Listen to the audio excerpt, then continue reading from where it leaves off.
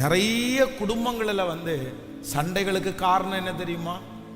பிரச்சனைகளுக்கு பெரிய காரணம் என்ன தெரியுமா? இந்த பண பற்றாக்குறை இருக்கு பாருங்களேன். இந்த பண பற்றாக்குறை இருக்கு பாருங்களேன். நிறைய குடும்பத்தில் இருக்கிற மிகப்பெரிய பிரச்சனை என்னதான் அப்படிதானா இந்த பண பற்றாக்குறை. இந்த பண பற்றாக்குறைனால எவ்வளோ அவமானம் தெரியுமா? எவ்வளோ அவமானம்.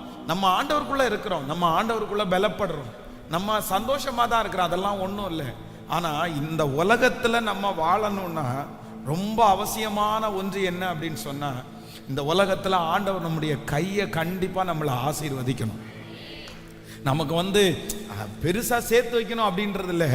யார்கிட்டையும் நம்ம கையேந்தாத அளவிற்கு ஆண்டவர் நமக்கு தரணுமா தரக்கூடாதா? ஆண்டவர் அதை தருவேன்னு கர்த்தர் வாக்கு கொடுத்திருக்கிறார்ல. எத்தனை பேர் நீங்க விசுவாசிக்கிறீங்க? நாம் ஆராதிக்கிற தேவன் யார் அப்படின்னு சொன்னா, என்னை பலுகவும் பெருகவும் பண்ணுகிற நல்ல கர்த்தரா இருக்கிறார். வேதம் சொல்லுகிறது, அவன் ஆபிரகாம் செல்வ சீமானாயிருந்தானாமா. செல்வ சீமானாயிருந்தான். ஆண்டவர் நிச்சயமா நம்மளை அடுத்த லெவலுக்கு ஆண்டவர் கொண்டு போக போறார். நம்முடைய திருச்சபையை ஆண்டவர் கொண்டு போக போறார்.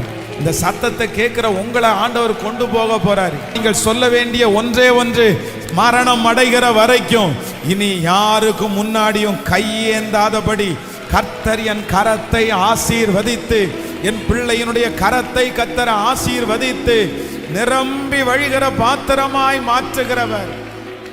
ஆமென்.